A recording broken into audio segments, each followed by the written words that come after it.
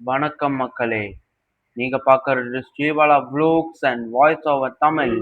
நான் உங்க ஸ்ரீபாலா.